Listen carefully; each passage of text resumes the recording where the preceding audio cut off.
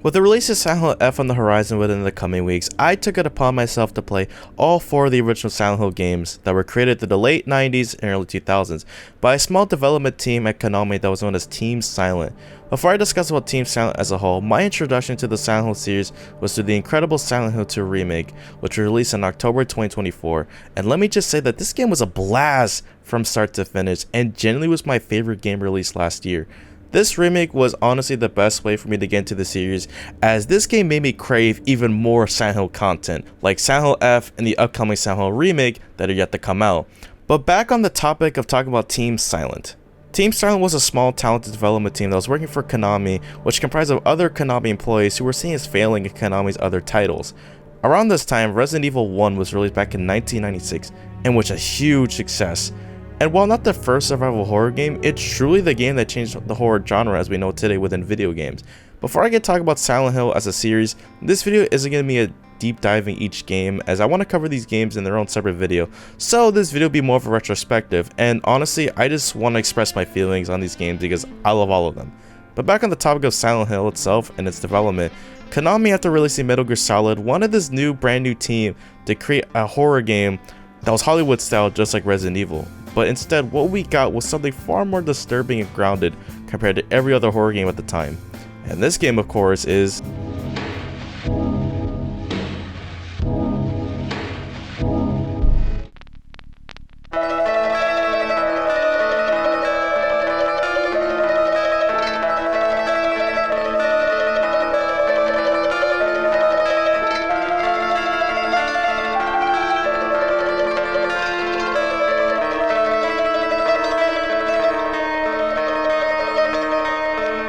released in January 1999 on the original PlayStation. Silent Hill 1 does something so different compared to Resident Evil, and that is more of a psychological experience. Silent Hill 1 was a huge success for Konami and kickstarted one of the best horror game series of all time. Silent Hill 1 for me was a great game that kinda hasn't aged the best, as the controls in today's standard, even in later titles, are super clunky and extremely dated by comparison. The game's dialogue and voice performances can come off as stiff or lifeless. Why don't you tell me what happened? Wait a second, I'm just a tourist. But besides my small complaints, I mention these flaws because in some way they kind of enhance the gameplay experience, as Silent Hill 1 does such an amazing job in really making the player feel engulfed within the atmosphere. One great example is the iconic fog, which serves as a great way to hide the limitations of the game's draw distance, but yet does such a great job in evoking a sense of dread that the player is unsure of really what to expect from the fog due to the PS1's graphical limitations. Although I did critique the game's voice acting, the stiff performances from the voice actors do make the game feel so dreamlike and uncanny. The lack of facial animations make it feel so lifeless. Silent Hill 1's story is honestly pretty good. The game starts with Harry Mason and his daughter Cheryl Mason going to Silent Hill until a random teenage girl walks in the middle of the street, which causes a car crash to happen. Though Harry survives the car crash, his daughter is now missing, so now Harry has to travel throughout Silent Hill to find her. After navigating through a random alleyway, the world transforms itself into a rusty and bloody landscape known as the Otherworld, which, like Silent Hill, is another iconic location in the series. Harry gets attacked by these childlike enemies, which are actually censored in the Japanese and PAL releases to be the Mumbler enemies, that actually do appear later in the game. After being assaulted by these enemies, Harry wakes up in a local diner where he meets Sybil Bennett, who was a police officer that was briefly shown in the game's opening FOV. She gives Harry a weapon, which is actually the pistol, and explains that she's actually from the next town over. After giving you your first weapon, she leaves the diner and leaves you, the player, to pick up items like ammo and medical drinks, and to save your game on a notepad, which is actually similar to Resident Evil's typewriter. And honestly, this intro alone was a great way to start the game, and when I first played this sequence, it got me hooked to keep playing, especially the alley scene. The tighter corridors make the cinematography feel so claustrophobic, and does such a great job of utilizing the fixed camera angle to their full potential. One of the biggest things I could comment about this game's OST is Akira Yamaoka's score throughout the game, and throughout this whole video, I'm going to be bringing up this guy's name a lot. A lot of the songs have that metallic and industrial sound, which fits the Otherworld a lot, with its rusty and blood-covered metallic walls and flooring, along with songs that really emphasize the strange and dreamlike feeling of this game.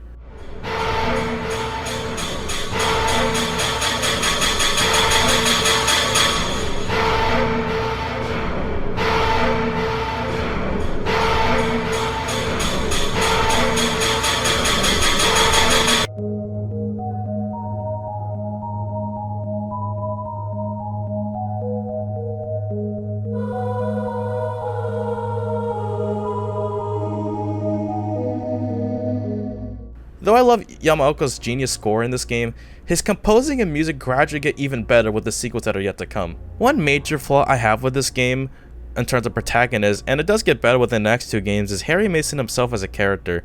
Harry, I find, while not exactly a bland character per se, I think could be utilized better as our main protagonist.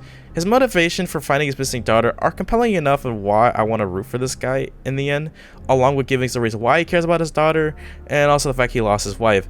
But I feel besides why he is somewhat compelling, I wish this guy had a little more personality and give us really context, really who he is as an individual without his family.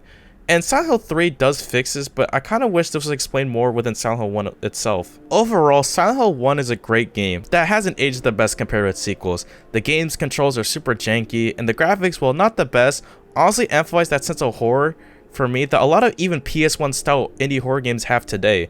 This game has a lot of iconic pieces that future installments build upon, such as the cult known as the Order, the foggy town of Silent Hill itself, and each game having some sort of psychological theme.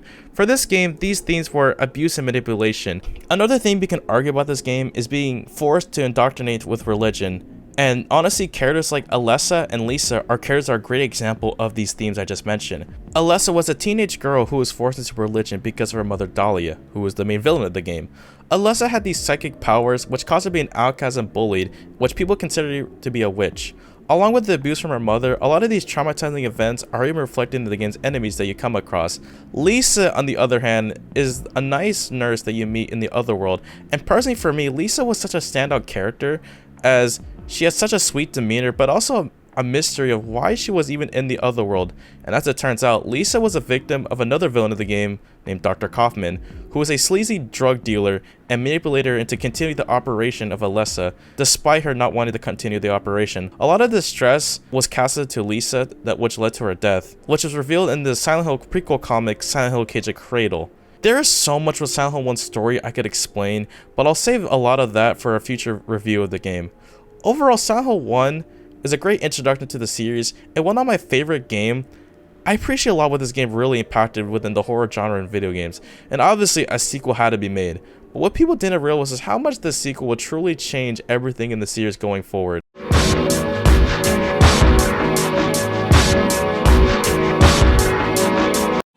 Aren't you Maria?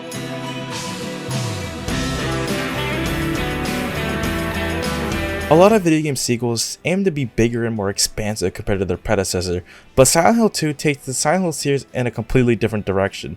Silent Hill 2 was released on the PlayStation 2 in 2001, telling a more intimate and more personal story compared to Silent Hill 1's more Stephen King and Lovecraftian type of storytelling. Silent Hill 2 introduces James Sunderland, a man who was introduced to Silent Hill after receiving a letter from his deceased wife in hopes of trying to find her. Along the way, he meets Angela, a woman trying to find her missing mother. Eddie, a mentally disturbed individual who is pretty sensitive about his body weight. Laura, an annoying little girl who inconvenienced James on his journey. And Maria, a woman who shares so many similarities with James's wife, Mary, but she's a little sexual and deceptive in nature. But the single most iconic villain of all of Silent Hill makes his first appearance in this game, and that being the Red Pyramid thing, or fans call it Pyramid Head for short. Pyramid Head's design is so simple yet iconic, as he is a grotesque figure of a man wearing a dirty and bloody smeared tunic with a huge sword, or as the game calls it, the Great Knife. Pyramid Head is by far Silent Hill's most iconic character that even non-Silent Hill fans recognize his iconic design. Silent Hill 2 is the most iconic one in the series that it overshadows Silent Hill 1. Silent Hill 2 ditches the storyline about the Order and the cult and tells a more personal and self-contained story about sexuality and guilt, as this game is all about tearing into James Sunderland as a character, and even the enemies in the games reflect about James's intersexual thoughts and personal guilt, especially with Pyramid Head and Maria representing these two ideals of James. Each of Silent Hill 2's cast of characters I just found to be way more stronger in terms of an emotional level, for me at least, compared to Silent Hill 1's characters, and the way they deal with the journey of Silent Hill is just really interesting to me. One of the most tragic characters within all of Silent Hill 2 is Angela, as she was sexually abused at such a young age from the hands of her father and brother, which is reflected in one of the bosses in the game, which is the Abstract Daddy, and even the boss arena around here, surrounding the boss, reflects the holes around the room. One of the things I don't like about this boss, as it appears later in the final hotel section of the game, as it really undermines the significance of the story and why it's effective in Angela's story. Angela to me was a character I really felt for this game and was one of the first female characters to be really grounded and relatable in some aspects compared to a lot of female gaming characters at the time, and is honestly one of the better ways in how you write such a sensitive topic of essay and fictional writing compared to some media I've seen that try to convey this message. One major moment that makes it tragic for Angela's character as she doesn't get a happy ending. She sadly accepts her fate while also really tearing into James, asking if he's really mentally capable of caring for someone like her, and deep down, James Sunderland can't, as he is someone that's not even fully capable of even taking care of someone else, or even himself. So, Angela walks up the stair full of flames and presumably commits the act of self-harm. Silent Hill 2's story is pretty dark, but it's beloved even to this day. It's easy to see why that this game is undoubtedly the most iconic one in the whole series. Besides the story, the gameplay just isn't that great, but the game looks visually amazing, even though the models aren't the most high quality. The voice acting at first I found to be really bad. No, it's okay. I didn't mean to scare you. I'm kind of lost. Lost?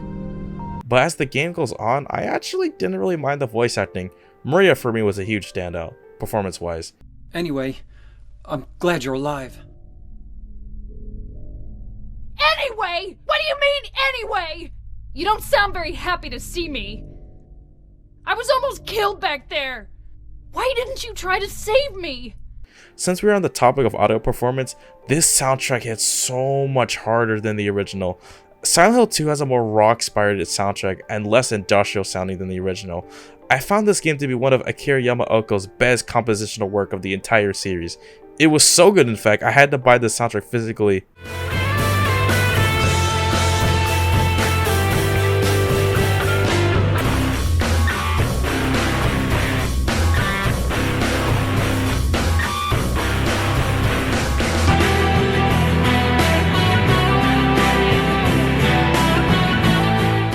One last thing I'll talk about Silent Hill 2 is the fact that Silent Hill 2 even got a DLC called Born from Her Wish, which I'm not really going to cover the story here, but it's basically just about Maria before she meets James.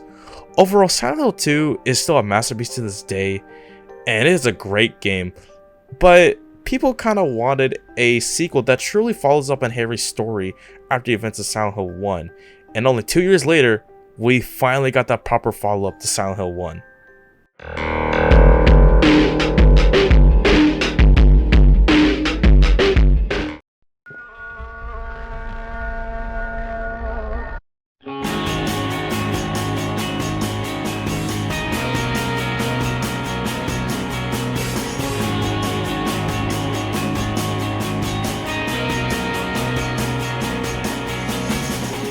Silent Hill 3 was released on the PlayStation 2 in May 2003, and is the second to last game that Team Silent worked on, as another game was being developed concurrently with Silent Hill 3.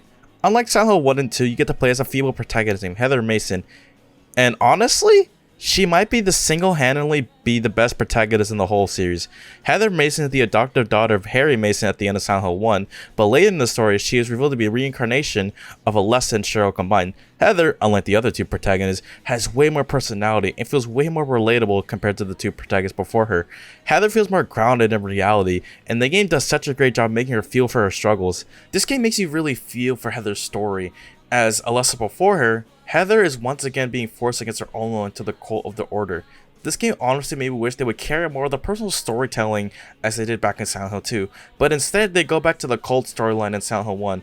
As much as I praise Heather, the other characters I just didn't find as strong compared to the ones in Silent Hill 2, but nonetheless, I still find them to be overall great characters. Claudia in this game honestly serves as a good opposite of Heather, as she actually does know that Heather is Alessa, and honestly, I just found her to be way more interesting compared to Dolly in Silent Hill 1.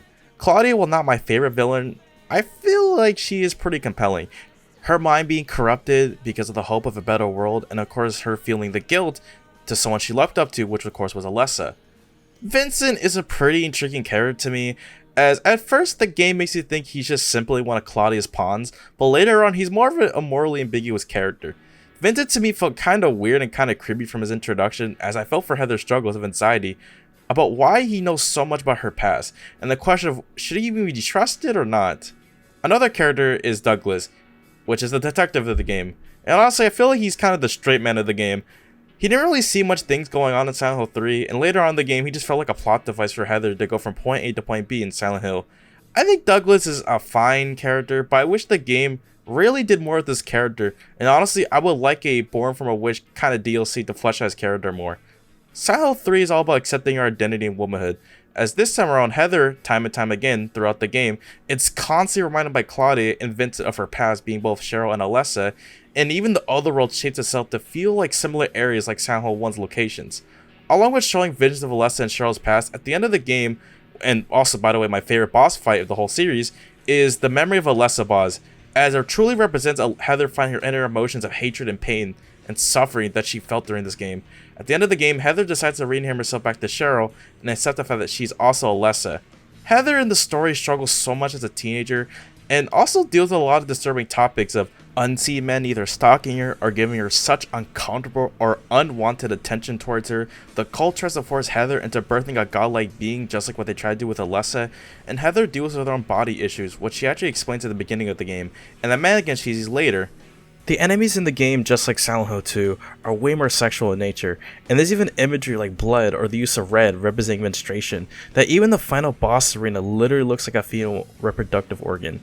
Heather's way too young for any of these things, but the cult forces her to go through all of these things just like how they treated Alessa, and the most devastating loss to Heather was her father, Harry Mason, being killed by one of the enemies, as this is what the true motivation for Heather to even go to Silent Hill to begin with. Silent Hill 3 is way more terrifying than 1 and 2, but the game doesn't convey that subtle storytelling as effectively as 2. And once again, just like Silent Hill 1, it focused more on shocking the audience with disturbing imagery. But honestly, back to talking about like more positive things about this game, what really make these characters pop than 1 and 2 are the voice performances. Heather's voice performance feels so real and grounded, and is honestly the most stand-up performance in any of these 4 original games. That's why I'm asking. If you know everything, then tell me how I can put an end to this. Not yet. Why not enjoy yourself a bit longer? Enjoy? I feel like I'm going crazy. Does this place get to you at all? Oh, it gets to me all right. I find it most fascinating. Wait! I'm not finished talking! I knew you were on her side. How do you figure? There's something wrong with you too. Vince is another character I can also praise. While at first I found his line delivery to be kind of corny at times, it honestly fits into making more of an untrustworthy character and making him feel like a snake. You come here and enjoy spilling their blood. And listening to them cry out. You feel excited when you step on them and snuff out their lives. Are you talking about the monsters? Monsters? They look like monsters to you? Oh no. Don't worry. It's just a joke. Since we're on the topic of sound design, Akira Yamaoka once again brings a hard-hitting score and more of a punk rock aesthetic to the soundtrack of the game, as it fits Heather's journey throughout the game.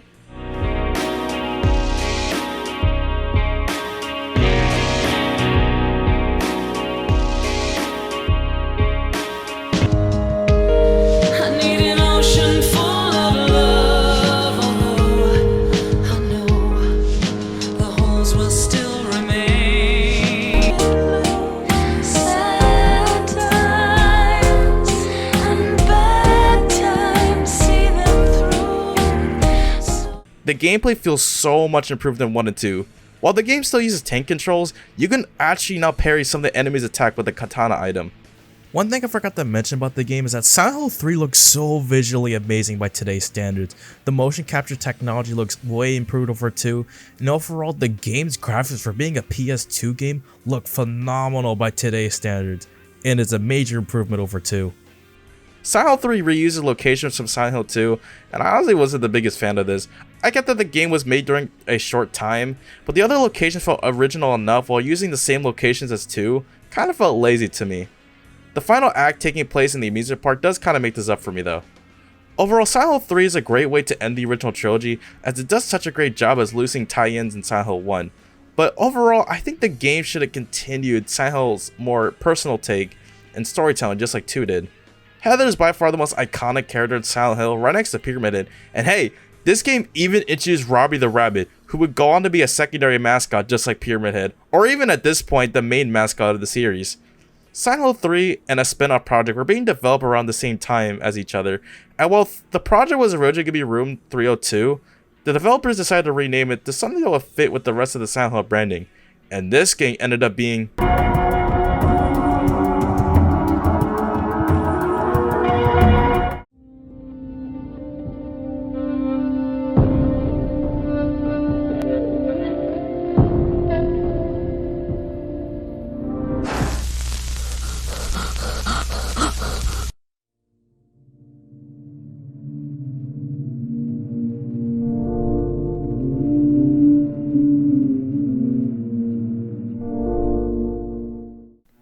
Silent Hill 4 The Room was released in June 2004 on the PlayStation 2 and is the last game that Team Silent Hill fully released. Silent Hill 4 is the only game in the original quality of games to even have a tagline, which is The Room.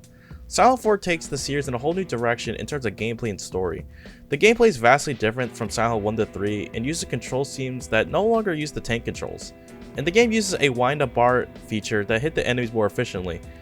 This game has a limited inventory space, a feature that's not really seen in Silent Hill, as the other games usually use an infinite inventory space. So the apartment, which is the main area of the game, features an inventory box similar to the Resident Evil games. It's cool in concept, but as playing the other games back to back, this system kind of threw me off and at first was annoying to deal with. The ghost enemies in the game are by far the most annoying ones to deal with in the whole game. Sure, you can knock them down temporarily with any weapon using the Saint Belt to help reduce their damaging radius, or the sword, which permanently kills them, but there's only 5 swords in the whole game, and the ghosts are super annoying with their mere presence, literally damaging the player. You can use the candles to repel them, but I honestly recommend holding on to them just in case Eileen gets haunted or your apartment gets affected by ghosts. In terms of story, Silent Hill 4 goes back to telling a more standalone story just like 2, but the difference is that the story still associates itself with the cult, and a lot of aspects are actually carried over from the first 3 games. The story starts with a man named Joseph, who was mentioned all the way back in Silent Hill 3 as a journalist. Joseph sees his apartment completely rotted and contains a lot of items he does not recognize, along with a picture of a man he has never seen in his life before, but we'll get back to this mysterious man soon. As he leaves the room, a mysterious ghost emerges from the wall and the apartment looks even more decayed. This ghost then attacks Joseph, which afterwards cuts to a man sitting on his bed who looks like the mysterious picture we saw earlier, who in the opening text reveals that this is Henry Townshend, a man who moved in the room apartment 302, 2 years after the opening cuts of Joseph, who Henry appears to have a really great life in the city of Ashfield. Just like Silent Hill 3, this game for the most part does not really take place until Silent Hill, till around like the mid or end point of the game. So most of the locations are going to be in South Ashfield. And there's only really 2 locations in the whole game that really even take place in Silent Hill. But back to Henry. Even though Henry has been living a peaceful life in his apartment, he woke up one day to seeing his door change from the inside. Which, side note, this moment is by far one of the most iconic injuries this series has ever shown. On top of the door being locked, Henry has no connection to the outside world, and he has been dealing with nightmares. The apartment sections are by far one of the most interesting things I actually really like about this game, as it takes the comfort of your own home and makes it horrifying. Henry feels trapped in his own home until he finds a hole in his bathroom and removes the iconic pipe that's found in every single game, and crawls his way out of the apartment. The room itself has a lot going on in terms of gameplay. I just mentioned the hole earlier. For the first time you enter, you actually do control Henry crawling through the hole, but onward, you kind of crawl through the hole still, but it just shows a brief cutscene. When you walk around the room, the gameplay is fully first person, but it reverts back to the tank control scheme. The room can actually heal you for the first half of the gameplay, but like I mentioned earlier, there are hauntings you do have to deal with, which causes the room itself to no longer heal you. And like I previously stated, there's an inventory box. Also, back to the hauntings, sometimes if you get too near the haunting, you can take damage. Then there's the door. The door will randomly give you like pieces of mail, which gives you some insight about more of the story or some random items. On top of it too, there's the peephole. The peephole will give you that some of the storytelling as you see the other characters interact to your current situation. Will also do there's some imagery that you will definitely not expect, along with some occasional things that will kind of terrify the player. There's another peephole you can see, which is okay, I can't believe I'm going to talk about this part. So So around the beginning of the game, you have to move this very small desk where you see another peephole. And this peephole leads you to seeing another person in the wall, which is your neighbor Eileen, as you're essentially spying on her in a very creepy way. In terms of gameplay, it doesn't really do much, but in terms of story, Henry tries to use this as a cry for help, but Eileen cannot hear him. Now that we covered the basis of the story, I want to talk about Henry Townshend himself, along with some of the characters you meet along the way. Henry is kind of a blank slate of a character, which I get he's supposed to be the audience surrogate to everything going on in the game, but he feels kind of bland, which is a shame because the two protagonists before him were very interesting characters and had more going for them in terms of personality and motivations. Even Harry, a character I had some of the same issues with as Henry, I found his motivation for being a good dad trying to find his missing daughter were enough to make me care about him. I've seen videos on Henry and how he might be a socially distant person, which I can see totally working for the story of Silent Hill 4, but I just wish we had more to his character other than his profession in photography. Eileen, Henry's neighbor, I found to be a way more exciting character than Henry. From what we see in the people, she has a more fun personality and genuinely cares about Henry's whereabouts. She also cares about a more younger version of Walter Sullivan, but we'll get to Walter Sullivan a little later. She is a fun addition to the game, but on the downside, she kinda drags the game in the second half, more so on the gameplay front. Later in the hospital world, you save Eileen in the dream, but currently her physical body is in recovery after Walter Sullivan attacked her. Eileen comes along and you can give her a weapon of choice to attack the enemies. While useful, this could draw enemies to attack her. With Eileen on a gameplay standpoint, you have to make sure she does not get possessed by a ghost or even die, because it decreases your chance of her being saved during the final battle and determines what ending you get. A lot of people don't like these second halves for one of these reasons, along with the game just reusing areas, and I half agree.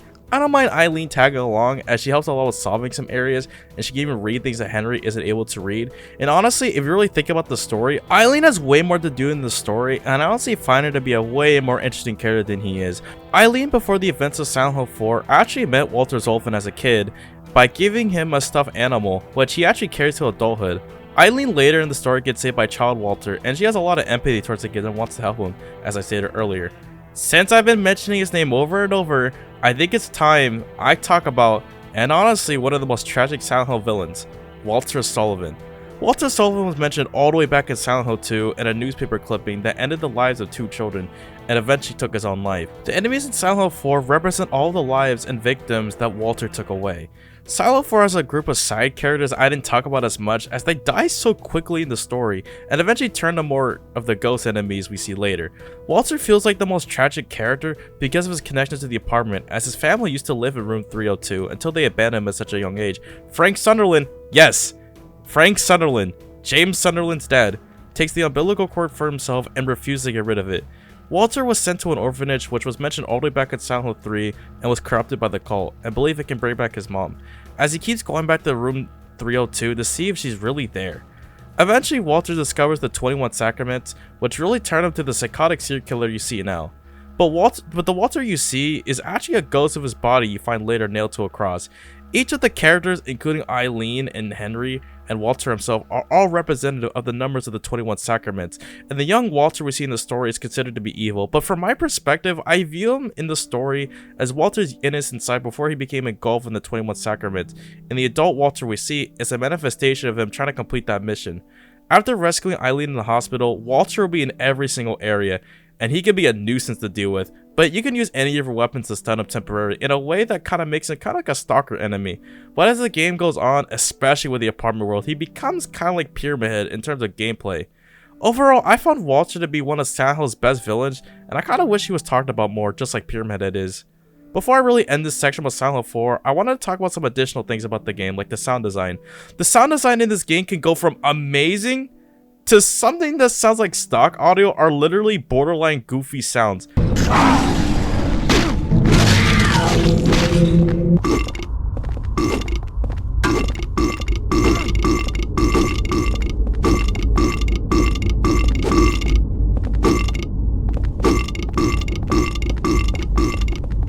The voice acting in this game is fine, and there isn't really much wrong with it, other than some weird line deliveries.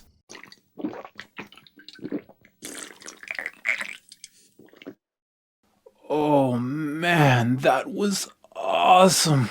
In terms of the original soundtrack itself, Akira Yamaoka once again cooked with the soundtrack, but unlike 1, 2, and 3, the Silent Hill 4 soundtrack isn't as hard-hitting as they feel more either ambient or more haunting sounding.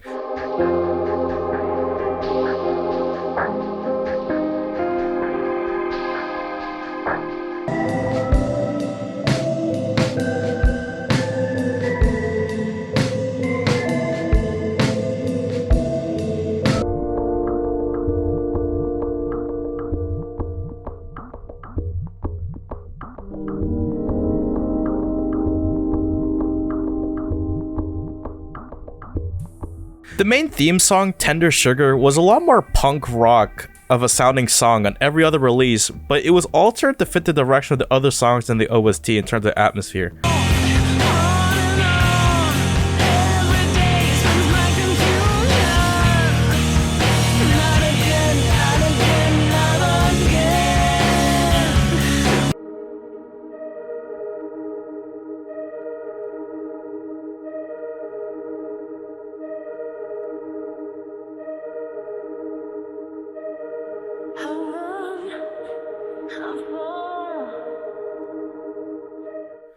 Silent Hill 4 fails to live up what Silent Hill 1, 2, 3 did.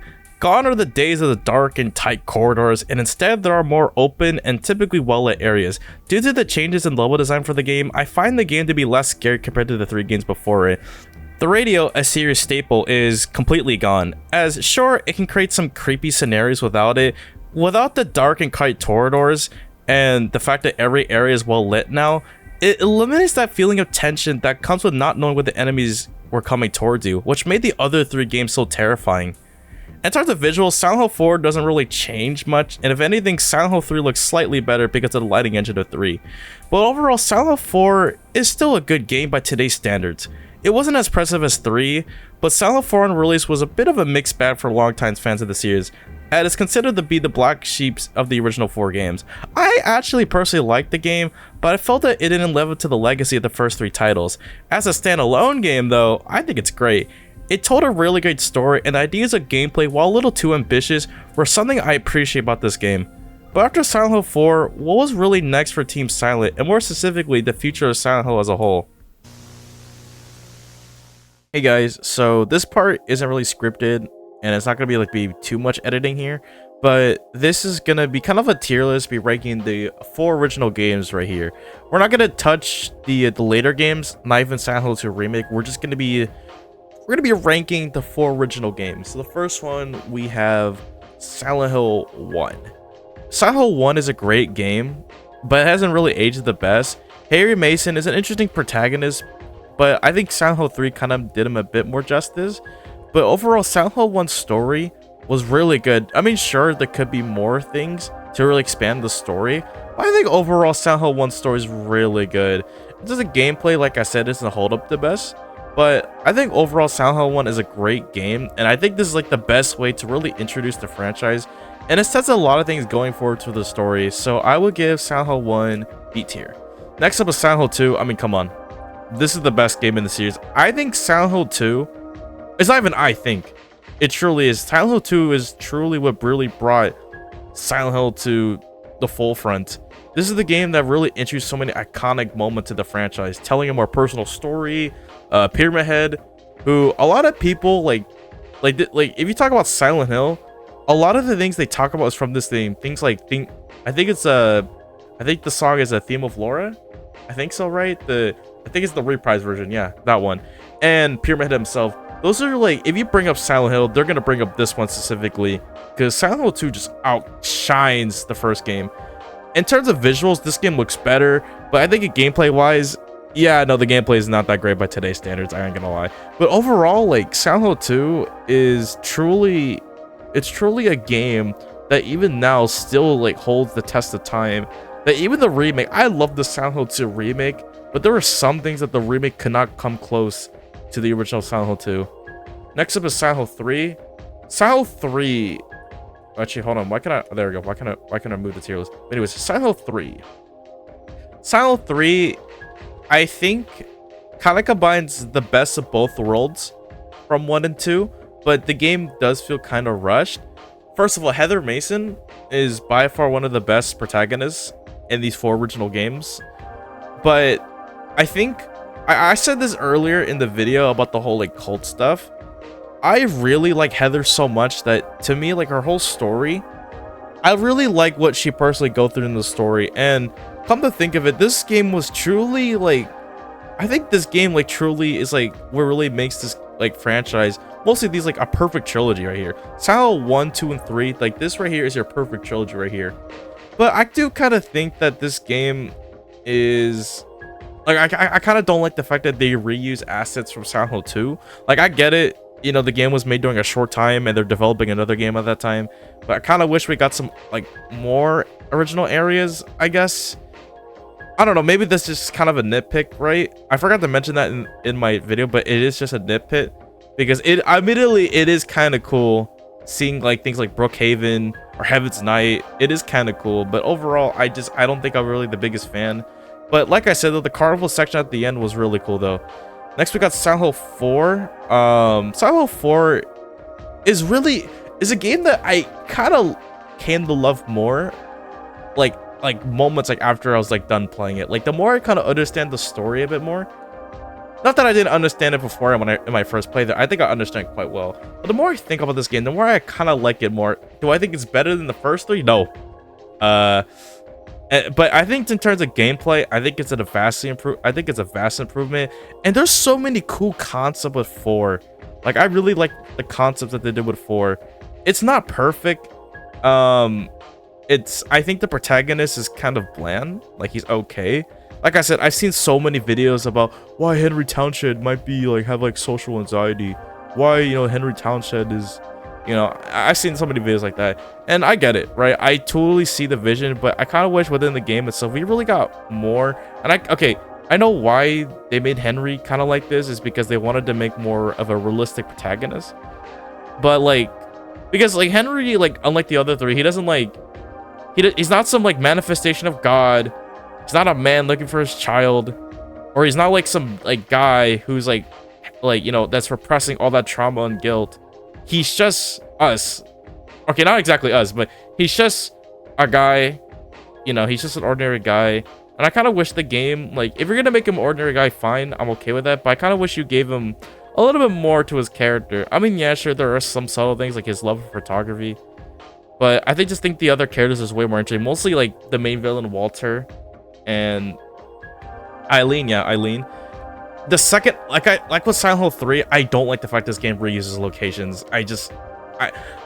There's so many cool concepts this game could have, but it's just wasted potential. Is this still a great game? Heck yeah, I love this game. But I just wish that this game has so many cool concepts that I don't know. I just find this game to be a little disappointing to the other 4. But overall, I think this is fine being right here next to Silent Hill 1. And yeah.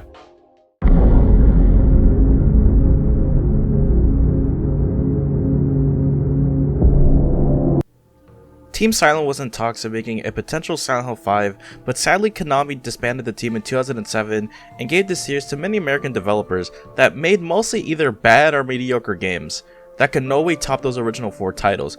Kojima was in talks to making a Silent Hill reboot and create a playable teaser that ultimately became PT.